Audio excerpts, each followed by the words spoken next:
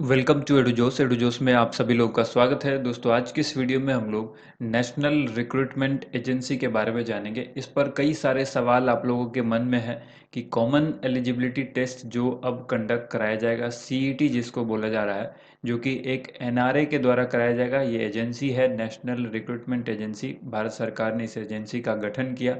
तो अब ये कब से लागू होगा, ये दोनों में डिफरेंस क्या है, एग्ज़ाम पैटर्न इसका क्या होगा, सिलेबस क्या होगा, स्कोर कार्ड जो मिलेगा वो कब तक वैलिड रहेगा, कहाँ कहाँ पर आप उस स्कोर कार्ड का इस्तेमाल कर सकते हैं, उस स्कोर को आप बढ़ाने के लिए क्या कर सकते हैं अगर आप कट ऑफ रेंज के अंदर नहीं आते हैं, कट ऑफ क्या होगी, इन सभी चीज़ को हम लोग इस वीडियो के अंदर देखेंगे। तो जितने भी सवाल आपके मन में होंगे, इस वीडियो को लास्ट तक देखिएगा, सारे सवाल के जवाब आपको मिल जाएंगे। ठीक है, तो चलिए शुरू करते हैं। जो लोग चैनल से पहली बार जुड़ रहे हैं, चैनल को सब्सक्राइब जरूर करें, साथ में बेल आइकन प्रेस करके उसे एक्टिवेट कर लें, ताकि आने वाली हर एक वीडियो का नोटिफिकेशन जो है वो सबसे पहले आपको मिल सके। ठीक है, तो चलिए आज की वीडियो को शुरू करते हैं।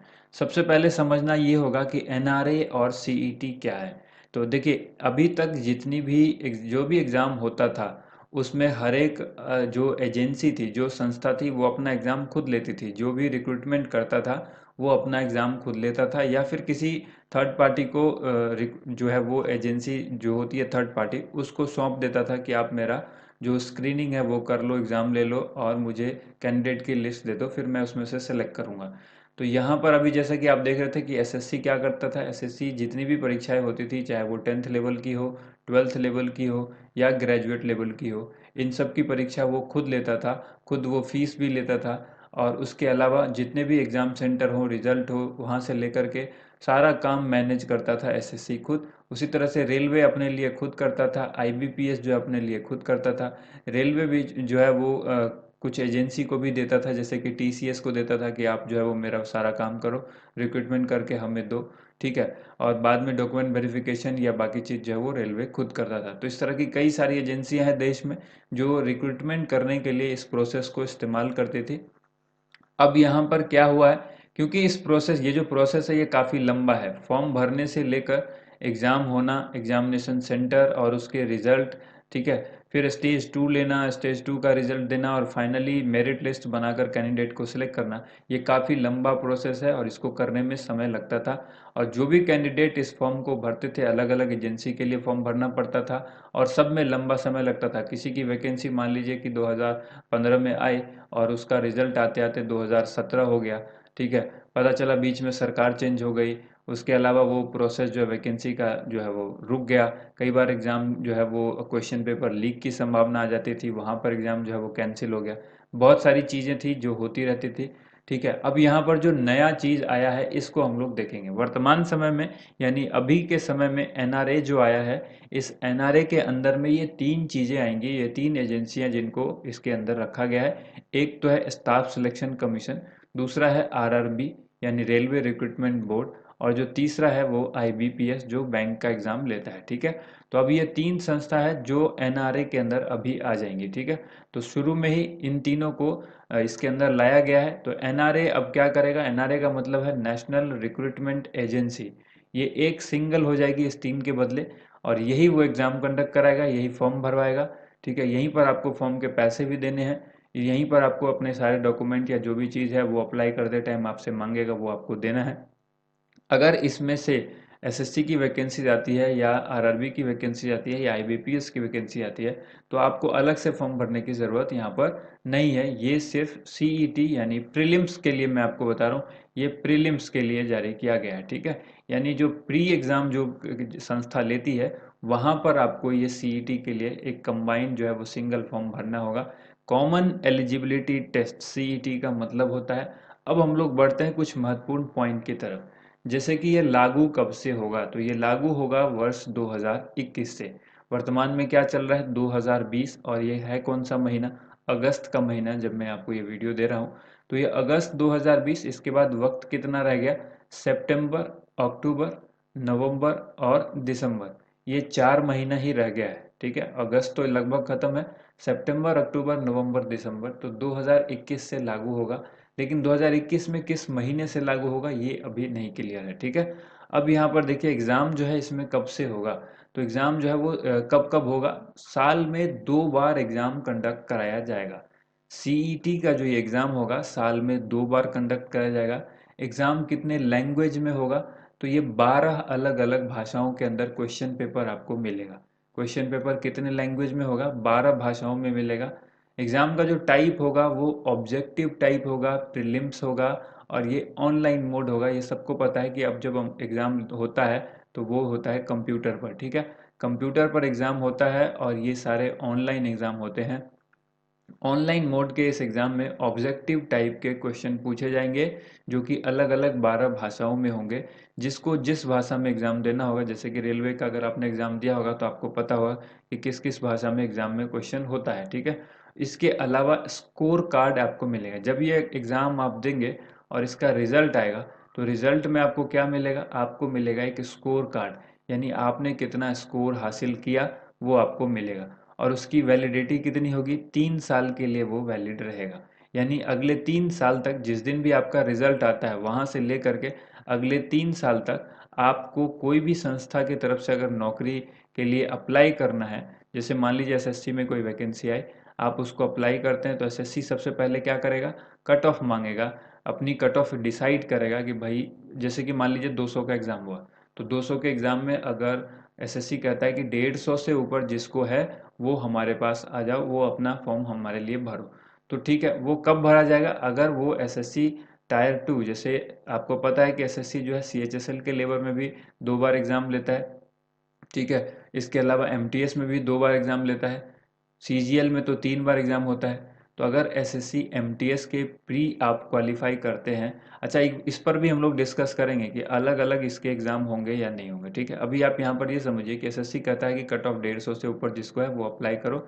तो वो सभी कैंडिडेट जिनको 150 से ऊपर ज़्यादा मार्क्स हैं वो अप्लाई कर सकते हैं एसएससी के लिए। अब रेलवे कहेगा कि मेरे पास जिसके भी 120 से ज़्यादा मार्क्स है वो अप्लाई कर सकता है। तो 120 से ऊपर जिसको भी सीईटी के अंदर आया है वो उसके लिए अप्लाई कर सकता है। उसी तरह आईबीपीएस कहेगा कि 130 से ऊपर जिसको आया है वो हमारे पास अप्लाई कर सकते हो।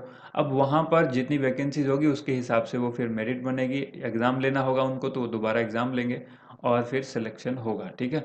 अब यहाँ पर देखिए नंबर ऑफ अटेम्प्ट क्या है। नंबर ऑफ अटेम्प्ट का मतलब है कि कोई भी अटेम्प्ट की लिमिट जो है वो फिक्स नहीं है।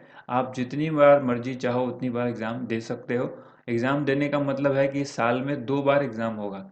तो आपको अगर मान लीजिए कि पहले बार के एग्ज़ाम में आपको मार्क्स आता है 120, आप चाहते हो कि दूसरी बार जो आपका एग्ज़ाम है वो आपको देना है और उसमें आप स्कोर अच्छा करना चाहते हो, तो आप वहाँ पर एग्ज़ाम दे करके 150 नंबर तक ले आओ।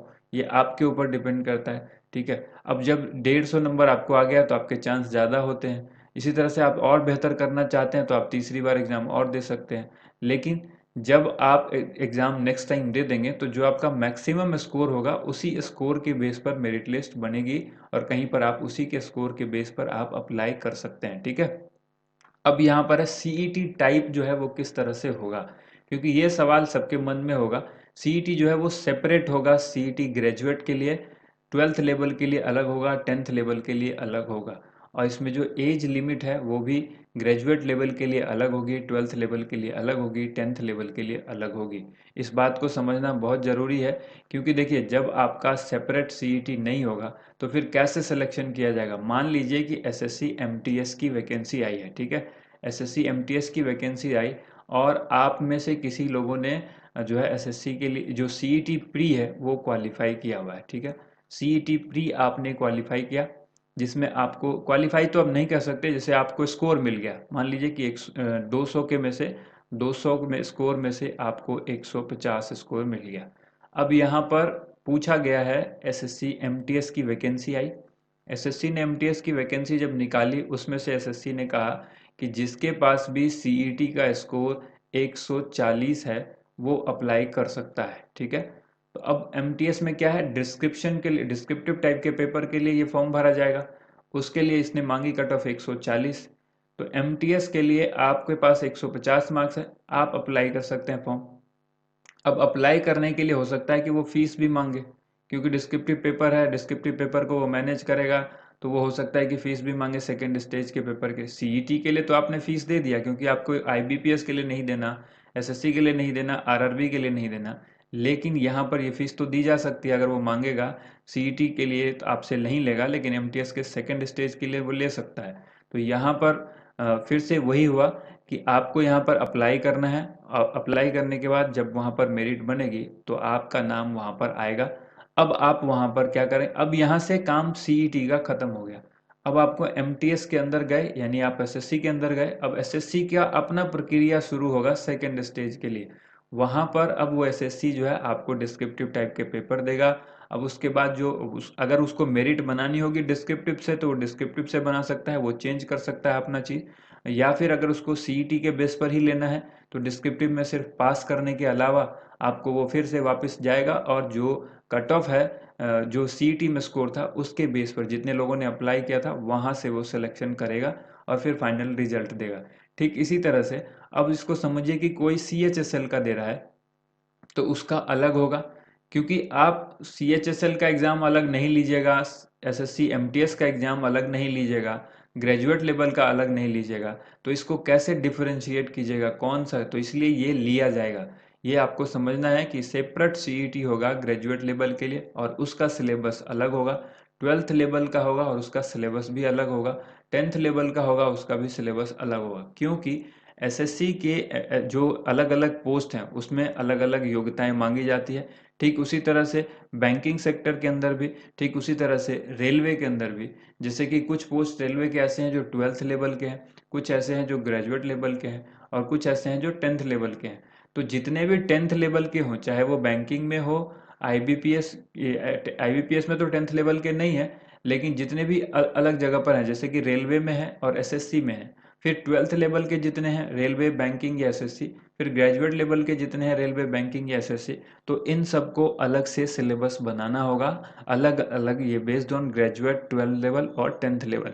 इसी के हिसाब से एज लिमिट भी होगी, क्योंकि अगर आप कोई एसएससी एमटीएस का फॉर्म भरता है तो मान लीजिए उसकी उम्र अगर 19 साल है तो टेंथ पास कब कहाँ हो गया और उसने ग्रेजुएशन नहीं की है, लेकिन मान लीजिए हो सकता है ग्रेजुएशन भी कर ले। ग्रेजुएशन तो नहीं कर सकता, मान लीजिए 15 साल में कोई टेंथ करता है, उसके बाद 2 साल में करता है मान लीजिए इंटरमीडिएट यानी ट्वेल्थ लेवल, और फिर उसके बाद 3 साल, तो 20 साल तो लगभग उम्र चलती है। या 14 में भी अगर कोई कर लेता है तो 19 तक हो सकता है ग्रेजुएशन कर ले। तो मान लीजिए किसी ने अभी सिर्फ जो है वो टेंथ लेवल का एग्ज़ाम दिया है। टेंथ लेवल का एग्ज़ाम देने के बाद वो सिर्फ एमटीएस के लिए ही अप्लाई कर सकता है, यानी टेंथ लेवल का ही सीईटी दे सकता है। तो इसीलिए कॉमन एलिजिबिलिटी टेस्ट जो होगा उसमें अलग से आपको फॉर्म भरना होगा कि टेंथ लेवल के लिए आपको भरना है, ट्वेल्थ लेवल के लिए भरना है या फिर ग्रेजुएशन लेवल के लिए भरना है। अब सवाल आता है कि अगर किसी ने ग्रेजुएट लेवल के लिए भर लिया, अगर सेपरेट सीईटी जब आएगा तो अगर किसी ने ग्रेजुएट लेवल के लिए भर लिया, ट्वेल्थ लेवल के लिए और टेंथ लेवल के लिए वो ऑटोमेटिक एलिजिबल होगा या नहीं होगा, ये सवाल आपके मन में होगा, क्योंकि आपने ग्रेजुएशन लेवल का एग्ज़ाम क्लियर कर लिया।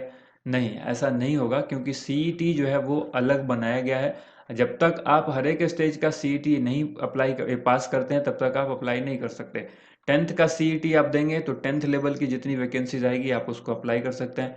ट्वेल्थ लेवल का देंगे तो ट्वेल्थ लेवल की जितनी वैकेंसीज आएगी आप उसको अलग से अप्लाई कर सकते हैं। ग्रेजुएशन लेवल का सीईटी देंगे तो ग्रेजुएशन लेवल की जो सीईटी के जितनी भी वैकेंसीज आएगी आप उसको अप्लाई कर सकते हैं, जैसे कि बैंक पीओ के लिए अप्लाई कर सकते हैं, एसएससी सीजीएल के लिए कर सकते हैं और एसएससी सीपीओ के लिए कर सकते हैं। इसी तरह से टेंथ लेवल में आप किसके कर सकते हैं, एमटीएस में कर सकते हैं। ट्वेल्थ लेवल में सीएचएसएल की कर सकते हैं, और इसमें मान लीजिए रेलवे एनटीपीसी में ग्रुप डी, और यहाँ पर ग्रुप डी कर सकते हैं टेंथ लेवल में। इसी तरह से रेलवे में अगर बात करें यहाँ पर तो मान लीजिए जो टीसीसीसी है उसके लिए कर सकते हैं, या फिर यहाँ पर कमर्शियल क्लर्क और बाकी लोगों के लिए। फिर ग्रेजुएशन लेवल की बात करें तो स्टेशन मास्टर एएसएम के लिए आप अप्लाई कर सकते हैं। तो ये अलग अलग होगा और सबके लिए सिलेबस भी अलग होगा।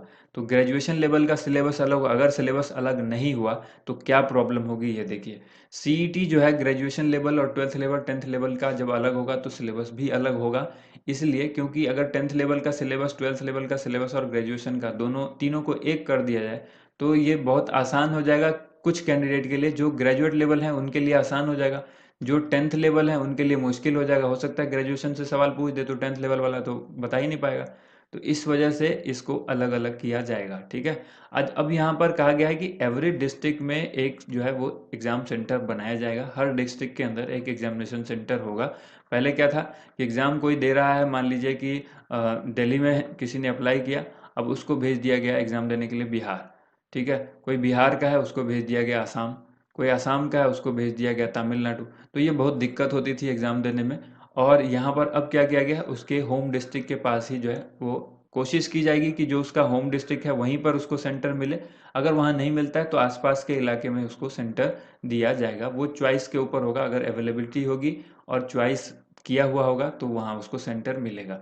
उसके बाद है CET can be utilised by state government. अब यहाँ पर सवाल आता है कि ये स्टेट गवर्नमेंट की अगर कोई वैकेंसी आती है तो गवर्नमेंट अगर चाहती है कि वो उस CET के बेस पर सिलेक्शन करे तो वो कर सकती है। जैसे कि मान लीजिए बिहार में या यूपी में या MP में कोई भी वैकेंसी आती है, या वेस्ट बंगाल में कहीं पर भी किसी स्टेट के अंदर कोई वैकेंसी आती है किसी भी लेवल की, जैसे 10th लेवल की आती है, तो वो कह देगा कि अगर आपने कॉमन एलिजिबिलिटी टेस्ट दिया है NRA का, उसमें आपको स्कोर आता है 120 से ऊपर, आपके पास अगर स्कोर है तो आप हमारे यहाँ ग्रुप D के पोस्ट के लिए अप्लाई कर सकते हैं, ठीक है। उसी तरह से अगर उसको 12th लेवल की ज़रूरत होगी तो वो कह सकता है कि अगर आपके पास 130 से ऊपर मार्क्स है तो आप हमारे 12th लेवल के इस पोस्ट के लिए अप्लाई कर सकते हैं। और अगर मान लीजिए वहाँ पर कोई ग्रेजुएट लेवल की पोस्ट है तो स्टेट कह सकता है कि अगर आपके पास CET स्कोर है तो आप हमारे पास अप्लाई कर सकते हैं, ठीक है। तो उसमें उसका काम होगा कि अब वहाँ से वो किसको सेलेक्ट करेगा, उतने कैंडिडेट को वहाँ से वो छांट देगा।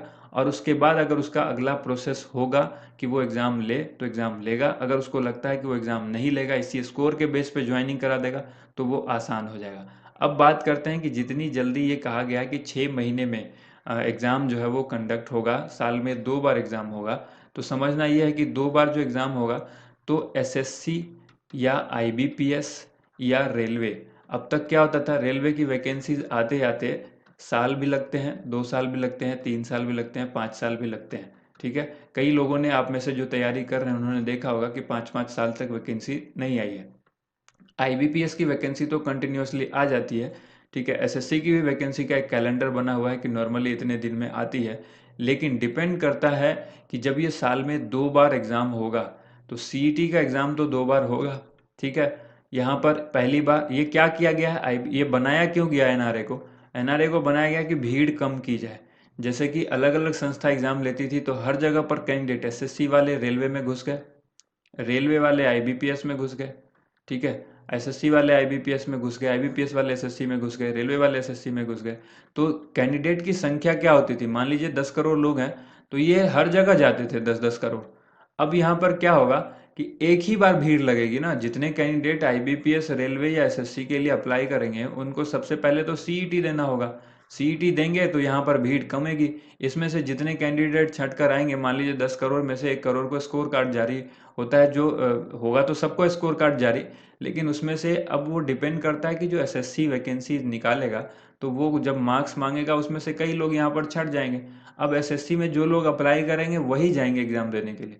लेकिन कहना यहाँ पर ये है कि क्या ये 6 महीने के अंदर वैकेंसी आएगी। अगर रेलवे 6 महीने में वैकेंसी निकालता है तो इस CET का, यानी इस NRA की CET का फ़ायदा है, अदरवाइज ये किसी काम का नहीं है। इसीलिए क्योंकि अगर 6 महीने में वैकेंसी, हर 6 महीने पर वैकेंसी नहीं आएगी तो मान लीजिए कि CET तो बढ़ता चला जाएगा। CET साल में 2 बार, तो 2 साल में कितनी बार, 4 बार CET हो जाएगा। अब अगर 2 साल में 4 बार CET हो गया तो 4 बार CET देने वाले कैंडिडेट की संख्या कितनी हो गई, ये तो बहुत ज़्यादा बढ़ती चली जाएगी। और सबके पास स्कोर है क्योंकि वो 3 साल तक वैलिड है, ठीक है। उसमें से कुछ लोग हैं जो रिपीट करेंगे तो वो तो संख्या कमेगी, लेकिन जो नए लोग आएंगे जिनकी उम्र होगी 18 साल और वो CET दे सकते हैं अलग अलग कैटेगरी के हिसाब से, तो फिर संख्या तो बढ़ती चली जाएगी। 10th 12th और ग्रेजुएट सब के लिए अलग अलग संख्या बढ़ती चली जाएगी। तो जब ये वैकेंसीज अगर नहीं आएगी तो फिर ये संख्या कम कैसे होगी, फिर ये वापस से CET ना दें तब तो संख्या कम होगी। तो CET ना दें उस केस में कब होगा, जब ये वैकेंसीज आएगी। तो अब तक मान लीजिए होता क्या था कि वैकेंसी काफ़ी लंबे समय पर आती थी। तो मान के चला जा रहा है कि अगर NRA बनाया गया है तो सरकार इस चीज़ पर ज़रूर ध्यान देगी कि उसको 6 महीने के अंदर वैकेंसी निकालनी ही पड़ेगी, ताकि जितने लोगों ने फर्स्ट टाइम CET दिया था उसमें से जितने लोगों की वैकेंसी आई है वो कम से कम वहाँ पर सेलेक्ट हो जाएं और वो CET फिर दोबारा ना दें, ठीक है। जिनको स्कोर बढ़ाना है या दूसरी नौकरी लेनी है वो अलग बात है, ठीक है। अब यहाँ पर देखिए इसमें सिलेबस की बात होती है कि सिलेबस इसका क्या होगा। जैसे कि हमने आपको बताया कि सिलेबस अभी तक गवर्नमेंट ने रिलीज़ नहीं किया है, यानी एनआरए के द्वारा अभी तक कोई सिलेबस रिलीज़ नहीं किया गया है, क्योंकि ये अभी इसकी बात हुई है, कैबिनेट से अप्रूवल मिला है, 2021 में लागू होगा। तो जैसे ही सिलेबस आता है उस पर डिटेल में हम लोग चर्चा करेंगे, लेकिन यहाँ पर जो एक्सपेक्टेशन है, जो उम्मीद लगाई जा रही है कि सिलेबस क्या हो सकता है, वो आप समझिए। Separate for graduate 12th level and 10th level, ये अलग अलग सिलेबस होगा, ठीक है। क्यों होगा? क्योंकि सेपरेट सीईटी हो रहा है, इसीलिए सिलेबस जो है वो 10th का अलग होगा, 12th का अलग होगा और ग्रेजुएशन का अलग होगा। ये आप सबके लिए कॉमन चीज़ है जो आप समझ सकते हैं आसानी से।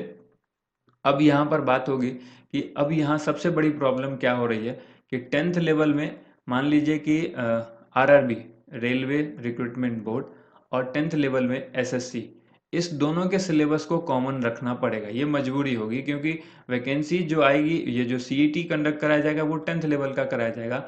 10th लेवल के पोस्ट जो है वो आरआरबी के अंदर भी है, 10th लेवल के पोस्ट एसएससी के अंदर भी हैं। तो इसी वजह से इन दोनों को ये सिलेबस कॉमन रखना पड़ेगा। तो रेलवे और एसएससी में ये सिलेबस कॉमन रखने के लिए कम से कम दोनों चीज़ को समझना होगा। एसएससी जो है वो इंग्लिश के एग्ज़ाम भी लेती है, रेलवे जो है इंग्लिश का एग्ज़ाम नहीं लेता है। तो यहाँ पर इंग्लिश को कॉमन रखना पड़ेगा, क्योंकि अगर कॉमन नहीं रखेंगे, अच्छा कुछ यहाँ पर ये चीज़ तो मैनेज हो सकती है, कई कैंडिडेट के द्वारा आरआरबी और एसएससी के एग्ज़ाम को मैनेज किया जा सकता है, लेकिन बात यहाँ पर बिगड़ जाती है जब आईबीपीएस एंटर हो जाएगा, एसएससी एंटर होगा और आरआरबी। अब मान लीजिए यहाँ पर ग्रेजुएट लेवल के एग्ज़ाम है, ठीक है, किसी ने ग्रेजुएट लेवल के लिए सीईटी भरा और इसमें आईबीपीएस में बैंक पीओ है। तो बैंक पीओ में आपको पता है कि इंग्लिश जो उसका लेवल है वो थोड़ा अलग होता है, काफ़ी दूसरे लेवल की इंग्लिश होती है। एसएससी की इंग्लिश आपको पता है कि किस तरह से होती है, एक सिंगुलर जो सिमिलर पैटर्न है उसको वो यूज़ करता है। आरआरबी यानी रेलवे रिक्रूटमेंट बोर्ड इंग्लिश पूछता ही नहीं है। तो यहाँ पर जीएस का ज़्यादा बोल जो है वो ज़्यादा दबदबा रहता है, बोलबाला रहता है। एसएससी के अंदर भी जीके जीएस और ये लगभग हर पैटर्न को फॉलो करता है, आईबीपीएस भी हर पैटर्न को फॉलो करता है। लेकिन मैथमेटिक्स जो है आईबीपीएस का थोड़ा लो, एसएससी का थोड़ा उससे टफ, और मैथमेटिक्स का भी टफ, ये आरआरबी का भी टफ। तो आप समझ सकते हैं। तो इसमें क्या होगा, कॉमन इसको भी करना पड़ेगा, और कॉमन करने के लिए यहाँ पर मेरे समझ से मान लीजिए अगर 100 मार्क्स का एग्जाम लेते हैं वो सीईटी ग्रेजुएशन लेवल के लिए, तो 25 25 25 25 सबको इक्वल किया जाएगा। मैथ, इंग्लिश, रीजनिंग और जो करंट अफेयर्स या जीके आप कह लें, जीके जीएस, इन सबको इकट्ठा किया जाएगा प्री के लिए, तभी ये कॉमन हो पाएगा। तो ये एक डिटेल में आपको हमने ये वीडियो बताई है, इसको समझिए बहुत ही ध्यान से। और जब भी सिलेबस रिलीज होता है गवर्नमेंट की तरफ से या एनआरए की तरफ से, तो हम आपको नेक्स्ट वीडियो में अपडेट देंगे। Thank you so much. आप सभी लोगों का वीडियो देखने के लिए बहुत बहुत धन्यवाद। वीडियो को लाइक एंड शेयर जरूर कीजिएगा।